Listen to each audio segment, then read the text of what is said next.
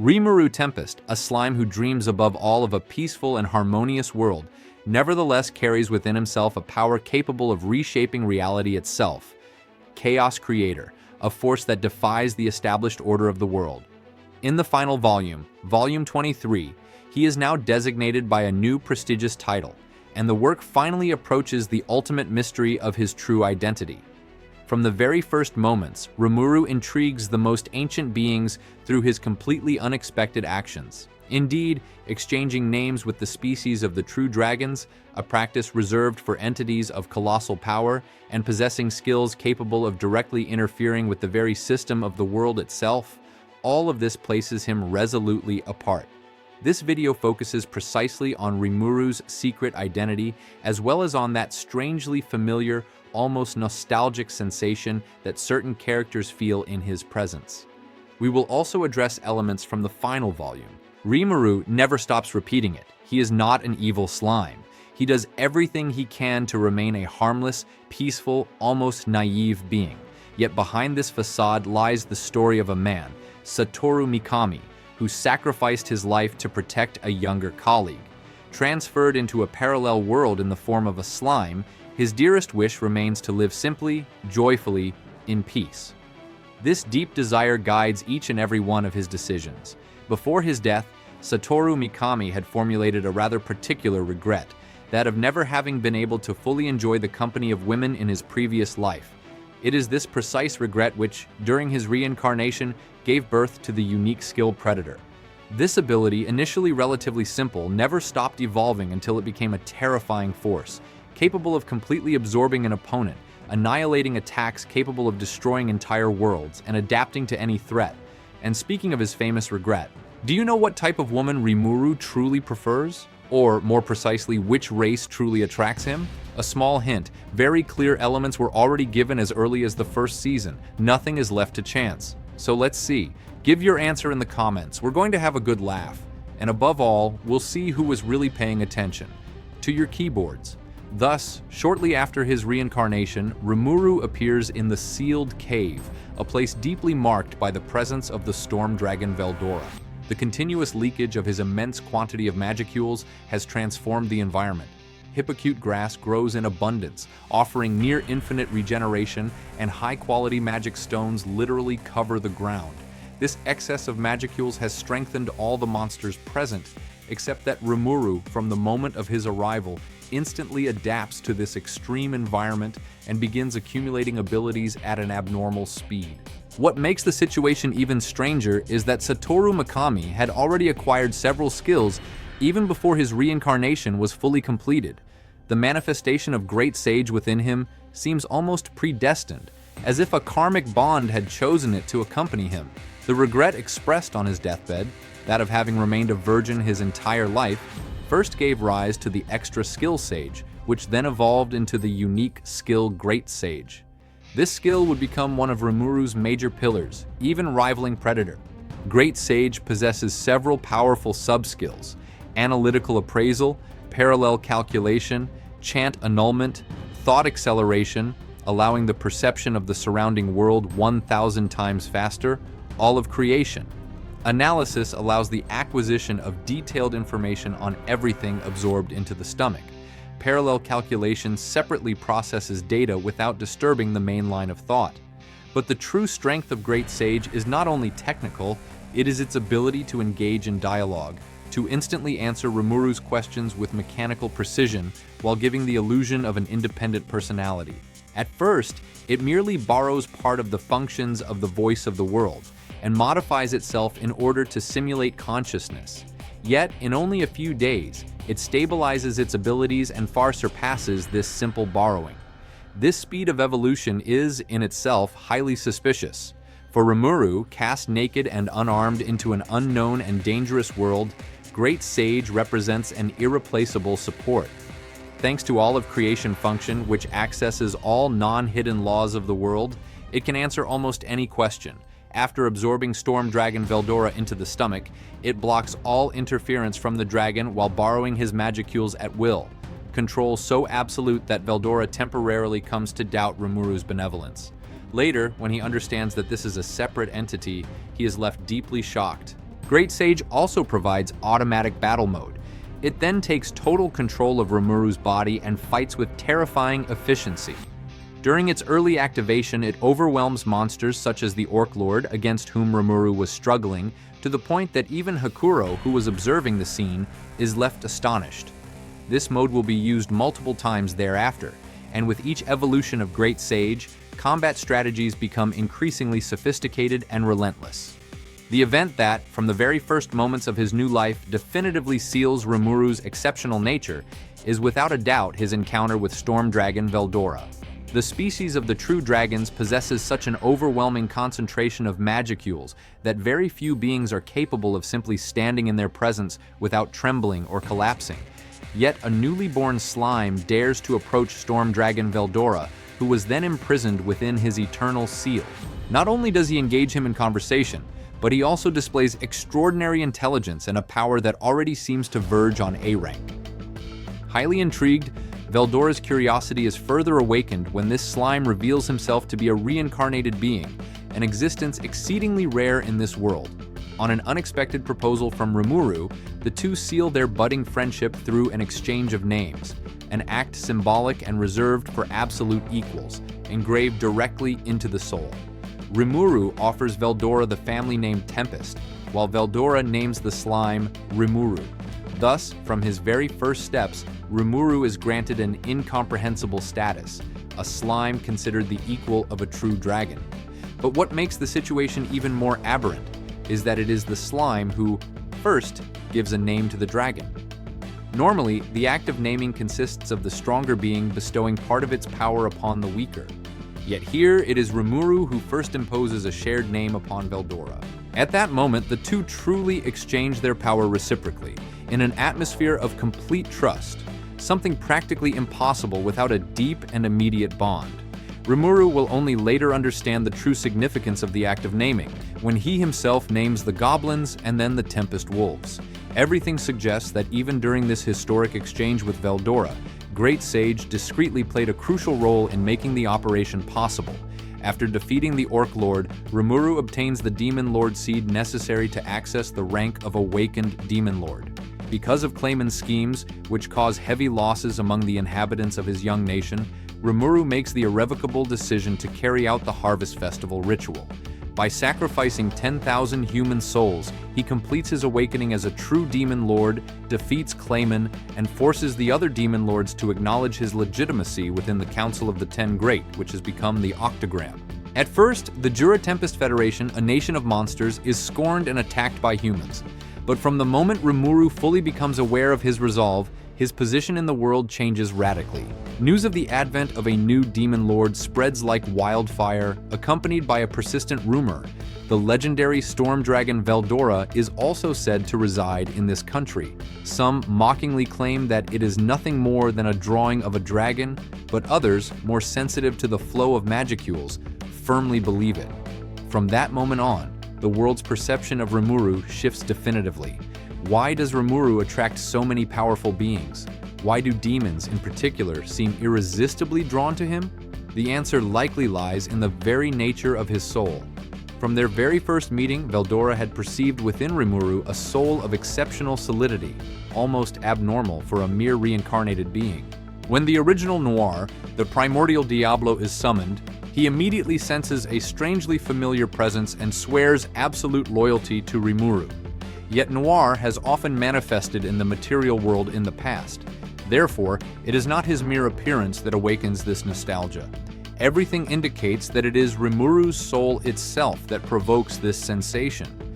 Demons, it is said, perceive the color of souls, and Rimuru's shines with a light of a higher dimension, pure and powerful enough for a primordial like Noir to instantly recognize him as his rightful master. Diablo is not the only one to feel this strange familiarity. The fallen angel Dino, one of the 7 primordial angels created by Veldanava himself, and who served the creator god directly, also perceives within Rimuru a soul's glow that he immediately recognizes, different from that of Veldanava, yet carrying undeniable nostalgia. This is why Dino spends his time idling peacefully within the Federation, as if he had found a place where he finally feels at home. This sensation strongly suggests that the origin of Rimuru's soul is connected to the very roots of the creation of the world. In Volume 23, the most recent one, Rimuru'S herself observes Rimuru and the resurrected Veldanava, now devoid of all emotion and all will. She perceives within Rimuru something that the creator god has lost, a familiar presence that leaves her deeply perplexed. Finally, in the famous Slime Observation Journal by Veldora, written while the dragon resided within Rimuru's stomach, an entry appears titled, "That Nostalgic Scent."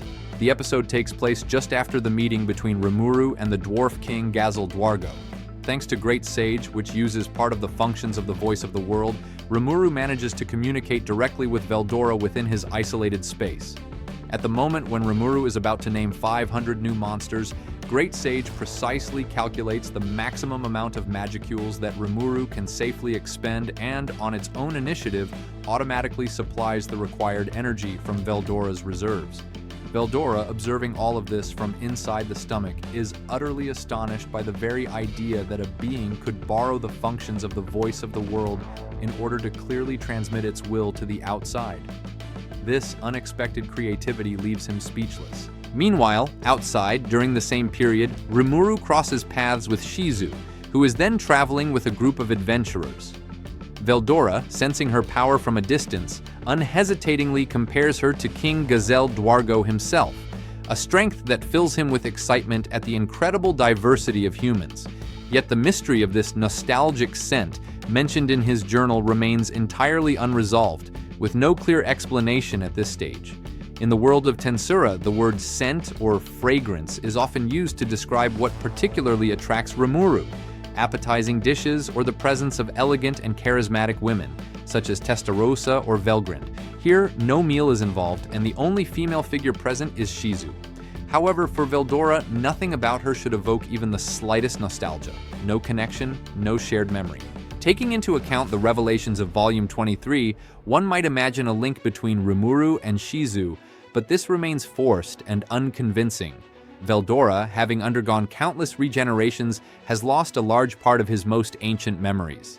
It is possible that, unconsciously, he superimposes Rimuru's completely unpredictable behavior onto that of Veldanava himself, sensing a familiarity at the level of the soul. Another hypothesis: through the interventions of Great Sage, he may have perceived, without understanding it, the Lucia factor. After all, Lucia was in a relationship with Veldanava, with whom she maintained a deep bond, which represents a plausible connection. This sensation is by no means impossible. During the war against the Eastern Empire, Michael and his subordinates managed to break the soul corridor linking Rimuru and Veldora, placing the dragon under their total control. Driven mad with rage, Rimuru decides to confront alone the two manipulated true dragons, Veldora and Velgrind. He then names his ultimate skill Raphael, Ciel, triggering its evolution into a manus. Endowed with its own consciousness, Ciel sees its computational abilities reach unprecedented heights. It completely neutralizes Velgrind's assaults, granting Rimuru all the time he needs to focus on Veldora. At the heart of the battle, Rimuru absorbs Veldora's core, instantly restoring the soul corridor. Thanks to the in-depth analysis carried out by Ciel, he understands that by using Veldora's ultimate skill, he can resurrect him completely. The operation succeeds. Rimuru integrates the dragon factor himself and evolves, transitioning from the status of a demonic slime to that of an ultimate slime, the highest form of the holy demonic spirit. From that moment on, his magicule reserves rival those of Veldora, or even surpass them, a phenomenon that defies all known laws of the world. Velgrind herself, stunned, comments on this event. A soul that descended by chance alongside a true dragon, endowed with exactly the qualities necessary to receive the dragon factor? A pure coincidence? She quickly abandons the idea of thinking further about it, as the situation exceeds all comprehension. The true source of Rimuru's power lies in his intellectual abilities and in the constant evolution of his ultimate skills. First Great Sage, then Raphael upon his awakening as a true demon lord, this entity has long since transcended the simple status of a skill. It acts as the perfect reflection of Rimuru's will, or perhaps as an even more mysterious existence, whose exact nature remains shrouded. Thanks to Raphael, and later Ciel, Rimuru accumulates an unbelievable number of ultimate skills and even manages to evolve them, a feat that no one else can achieve. During the confrontation with Velgrind, he absorbs her power and crosses a new threshold, becoming de facto a subspecies of a true dragon. He is no longer simply a demon lord, he belongs to an entirely different dimension. These impossible phenomena multiply as the story progresses, astonishing both allies and enemies alike each time.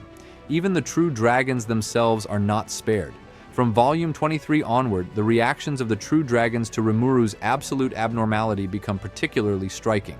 Velzard, the ice dragon, openly nicknames him Suspicious Slime. This is not pure hatred, however. She is simply jealous of the attention Guy gives to Rimuru, like a possessive child toward a newcomer. Yet even she spends the entire final volume being constantly shaken. Just as with Velgrind, Rimuru, through Ciel, fuses two ultimate skills, Gabriel and Leviathan, and evolves them into a new, terrifying skill, Cthulhu. Skills were originally a system entirely designed by Veldanava, the creator god who built the very foundations of this world. Among them, angelic series ultimate skills such as Gabriel belong to the exceedingly rare category of the seven virtues, powers that are truly one of a kind. To witness Rimuru, through Ciel, fuse and evolve Gabriel and Leviathan into a new ultimate skill, Cthulhu, whose performance vastly surpasses the originals. This goes beyond all comprehension. Velzard, the eternal ice dragon, has no choice but to be literally stunned by this feat. At that precise moment, she understands with absolute certainty that she would have no chance against Rimuru in a one-on-one battle. For her, the gap is no longer even quantifiable, an overwhelming, insurmountable disparity. Rimuru's magicule reserves now far exceed those of a true dragon like herself. But what exactly is Rimuru? A legitimate, almost inevitable question. If such a being had been an enemy, despair would have been total. But Rimuru is an ally.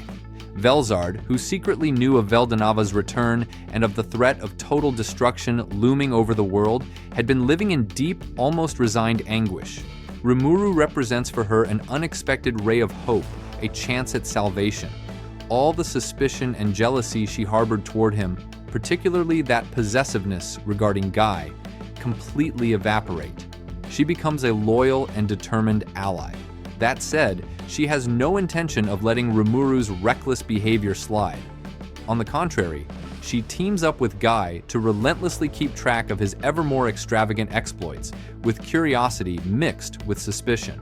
Velgrind, the Scorching Dragon, had already been confronted with the abyssal difference in level during the war against the Eastern Empire. Her stance, for her part, has never changed. As long as Rudra, or rather his current vessel, Masayuki, is by her side, she is ready to challenge the entire world. In Volume 23, even after the shocking revelation that Veldanava is indeed alive, she remains true to herself.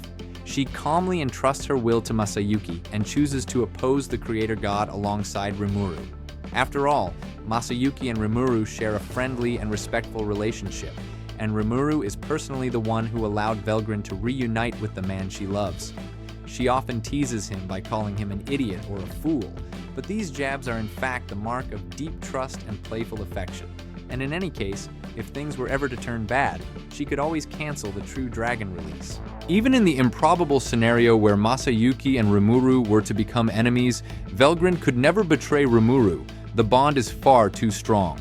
Veldora, for his part, is probably the one who, aside from Ciel, has observed Rimuru's unbelievable exploits the closest and for the longest time. His trust in his slime friend is therefore absolute, and the final volume only reinforces it, perhaps in an even more irrational way than before. During the confrontation against Veldanava, the latter uses his skill Compaction, an attack that purely and simply rips out the target's soul. Rimuru, struck head-on, temporarily collapses. Around him, Guy, Milim, Chloe, and all the others present panic. Only Veldora remains perfectly calm, true to his temperament. Of course, the soul corridor that binds them and their mutual backups play a major role. But even afterward, when Rimuru continues the fight without a soul, an absolutely aberrant situation, Veldora declares without the slightest hesitation that victory is already assured. Better still, He asserts that only a Rimuru capable of fighting without a soul can defeat Veldanava, a being of whom one can no longer even be sure whether he is the real Rimuru, a completely unknown and terrifying existence. And yet Veldora grants him blind, unshakable trust. Only a friendship forged over years of close observation can explain such certainty. Veldanava, shattered by the loss of Lucia, has lost all reason. Fully aware of all the events of the world, he designates Rimuru as a singularity and considers him an enemy to be eliminated. At this stage, it is necessary to emphasize just how cheat-level powerful Veldanava is, a level that more than justifies the fact that even Guy was once instantly defeated. As the creator god, he possesses an absolutely terrifying array of abilities. His primary Genesis-class weapon is a sword he personally forged upon his resurrection. It possesses the ability to truly resurrect the dead by invoking their original soul from the past, intervening directly on the timeline, a true perfect soul invocation far beyond the mere memorial recreation of Masayuki's ultimate skill King of Heroes banner. We have already mentioned compaction, a technique that extracts the target's soul with absolutely no possibility of resistance. For everyone except Rimuru, even true dragons, it is instant game over, and even Velgrin's parallel existences would make no difference. Finally, Veldanava is capable of freely using magic even within a space where time is stopped. Among Veldanava's countless abilities are primitive magic, a primordial form of magic that transcends all modern laws, and initialization heaven, a technique which, although it ultimately failed, aimed at nothing less than annihilating the current world in order to rebuild a new one from scratch. Faced with such power, one cannot help but wonder, who could possibly prevail against the creator god himself? Yet Rimuru, deprived of his soul by the terrible compaction, continues to fight and displays strength at least equal to, if not superior to, Veldanava's. This performance leaves even Veldanava, ordinarily impassive, deeply shocked. For within the system he himself designed, a being devoid of a soul should simply be incapable of acting. At that instant, Rimuru represents to him the ultimate obstacle, a living bug, an anomaly that defies the very foundations of reality. The final revelation of Volume 23 is clear. Rimuru's identity is intimately linked to Veldanava and Lucia. At the precise moment when Veldanava, finally reunited with Lucia, is on the verge of being absorbed by Ivaraj, a crucial flashback emerges. It takes us back to a time prior to Milim's birth. The couple, still united and full of hope, discusses the name of their future child. A girl would be called Milim, and for a boy, the name is not explicitly spoken. But the words of the dying Lucia, who designates Rimuru as Elpis, hope, and Veldanava's statement that his dearest prayer has been granted, leave little room for doubt. It is indeed Rimuru. Thus, Rimuru could be the child that Veldanava and Lucia were expecting, their son. However, it is more prudent to consider him as an existence deeply connected to the couple, rather than a child in the literal sense. If that were the case, Milim and Rimuru would be brother and sister, or half-brother and half-sister. Let us push the hypothesis further, even if it remains speculative. One possibility is that Lucia conceived a second child without anyone knowing. Pregnancy, the birth of Milim, then the tragedy that took the couple away. Or Milim and Rimuru could have been twins. A colder but more realistic explanation invokes the vanishing twin phenomenon. During a twin pregnancy, one fetus disappears and is absorbed by the mother. The soul of that unborn child would then have migrated, reincarnating first as Satoru Mikami in the material world before becoming the slime we know. Of course, these theories lack concrete proof. The actions and statements of Ciel in the following chapters open up far more solid and relevant avenues. That said, if Rimuru is truly Veldanava's son, many things are explained. Milim's immediate fascination, she who, after losing her father, had placed her trust in no one, this explosive friendship with Rimuru, or even the perfect chemistry with Veldora from their very first meeting. The reincarnation system designed by Veldanava, named the Cycle of Reincarnation, aims to allow souls to progress toward a better world, to be refined over successive lives, and to transmit their legacy to future generations. Those who reach supreme enlightenment finally gain access to the promised land. This refinement corresponds, in the Tensura universe, to the acquisition of skills, political evolution, or awakening as a true hero. As for enlightenment, it evokes Buddhist nirvana, liberation from the cycle of rebirth, an existence freed from the limits of mortality. Such a system, which places everything on human potential and diversity, perfectly reflects Veldanava's original personality, a god who deeply loved humanity and its infinite possibilities. But even a god can be mistaken. Before arriving at this balanced system, Veldanava experienced several crushing failures. 1. A world without desire. Superhumans, deprived of all motivation, fell into boredom and met a tragic end. 2.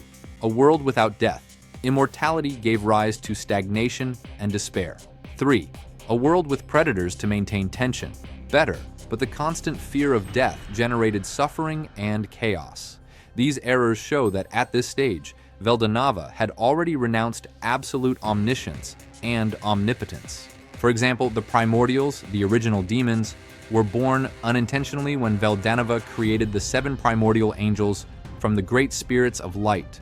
Likewise, by creating the angelic series' ultimate skills, the virtues, he triggered the parallel appearance of the demonic series' ultimate skills, the sins, as an uncontrollable chain reaction.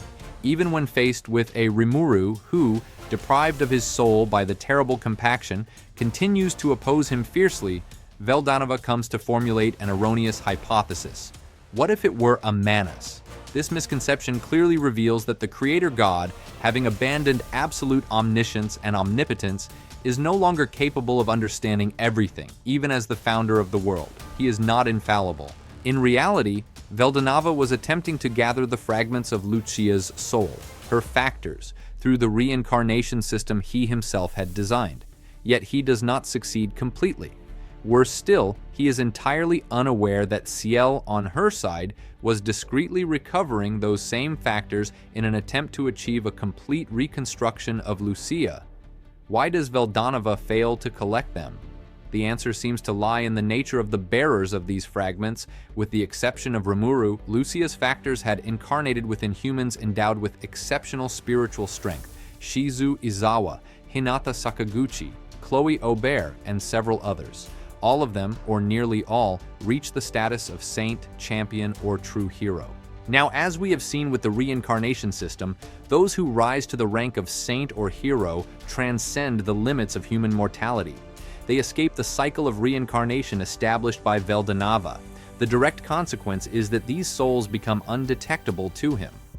Ironically, the creator god finds himself trapped by his own system, a limitation he had not anticipated after renouncing absolute omnipotence. This desperate quest for scattered factors irresistibly recalls Velgrin's behavior in Volume 17. The Dragoness, perceiving that Rudra's true soul resided in Masayuki and not in the successive empty shells, focused solely on the genuine bearer. It is said that the radiance of a soul reaches its peak at the moment of death. Thus, Velgrin systematically detected and rescued reincarnations carrying even a fragment of Rudra's soul, even across other worlds. Let us apply this pattern to Rimuru. The entity playing the role of Velgrin would then be Great Sage, evolving into Raphael and later Ciel. At the moment when Satoru Mikami, on the brink of death, sees his soul shine intensely, perhaps amplified by the regret of his virginity, it is detected. This exceptional compatibility allows the skill to anchor itself deeply, to the point of interfering with the voice of the world itself and binding its fate to that of Rimuru. Under this hypothesis, Rimuru would be the true bearer of the original soul, while the resurrected Veldanava would be nothing more than an empty shell, exactly as Rudra and Masayuki are two distinct personalities. This creates no contradiction. The gradual loss of Rudra's personality due to the erosion of his soul explains just as well Veldanava's downfall after Lucia's disappearance.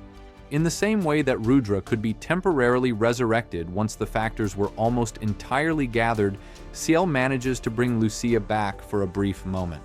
As for Ciel's strange enthusiasm, declaring that there is no other choice but to eliminate Veldanava without restoring his full personality, it is perfectly explained. The authentic and complete soul already resides within her master, Rimuru. According to Luminous's revelations regarding the resurrections of the true dragons, these are always imperfect, memories erased, personality reset, a flaw already observable in Veldora after his many regenerations. Applied to Veldanava, this makes it credible that his own resurrection was marred by a major defect. Finally, regarding the origin of Great Sage, the example of Mariabel offers a solid lead, her unique skill. Greed drawn to hosts driven by deep desire was passed on to Yuki. When a skill possesses a strong affinity with an informational entity, the two can merge. This is how Mariabel established herself as Yuki's Manas, thus giving birth to Manas Maria. Digital nature-type skills sometimes display such compatibility that they fuse with their host. Satoru Mikami, endowed with exceptional talent for wisdom, provided ideal ground for Great Sage. The deeply embedded Lucia factor only served to amplify this fusion. Moreover, the familiarity with which Ciel addresses Lucia, like an old acquaintance, and the fact that Raphael bears a name so close to the ultimate skill Lucia possessed in life, further reinforce the idea of a deep, almost intimate bond between Ciel and Lucia's soul. Thinking about it carefully, it is still strange that Ciel, who would be capable of recreating an entire universe if she so desired, failed to gather that final 1% of Lucia's factors. What if, in reality, this missing fragment resided within herself? What if Ciel, consciously or unconsciously, simply refused to part with it? This hypothesis would explain so many mysteries. Why Satoru Mikami had already acquired skills even before his death was fully complete. Why Veldanava was never able to bring Lucia back to life in a perfect manner, or even why the creator god's heart seemed so empty, so broken. Rimuru and Ciel would then each carry within themselves essential parts of the original personalities of Veldanava and Lucia, indispensable fragments that explain their absolute complementarity. Moreover, this would make the reaction of the dying Lucia coherent. Although in theory she was meeting Rimuru for the first time, she immediately designates him as Hope and seems to recognize him as the child she and Veldanava had once awaited. A deep, almost instinctive connection. Although the work never states it explicitly, everything suggests that Rimuru is an existence born from a bug during the reincarnation of Veldanava himself. His soul, highly compatible with Lucia's factors, was reinforced by the act of naming of his skill, an act that definitively removed him from the cycle of reincarnation. Rimuru thus became a total anomaly, a being who escapes the very rules established by the creator god. Yet neither he nor those around him seem particularly concerned by this. To everyone, Rimuru remains simply that peaceful, slightly capricious slime who dreams only of tranquility and freedom. A slime who does what he wants, when he wants, without overthinking these existential questions. What do you think? We have just dived deep into the revelations of the final volume to explore Rimuru's secret identity. We have reviewed countless theories and clues, but the fact remains that the work never provides a definitive, official answer. The strangeness of Great Sage from the very first moments, the accumulation of anomalies, everything suggests that Rimuru is tied to a major malfunction in the system designed by Veldanava, perhaps even to an irregularity in the reincarnation of Lucia and the creator god himself. This channel will continue to explore the universe of Tensei Shitara Slime Ken to dissect its mysteries and share analyses to enrich your reading experience. If you haven't already, feel free to subscribe so you don't miss any of the upcoming videos. Thank you so much for watching until the very end. We'll meet again very soon for new adventures in this incredible world. See you next time.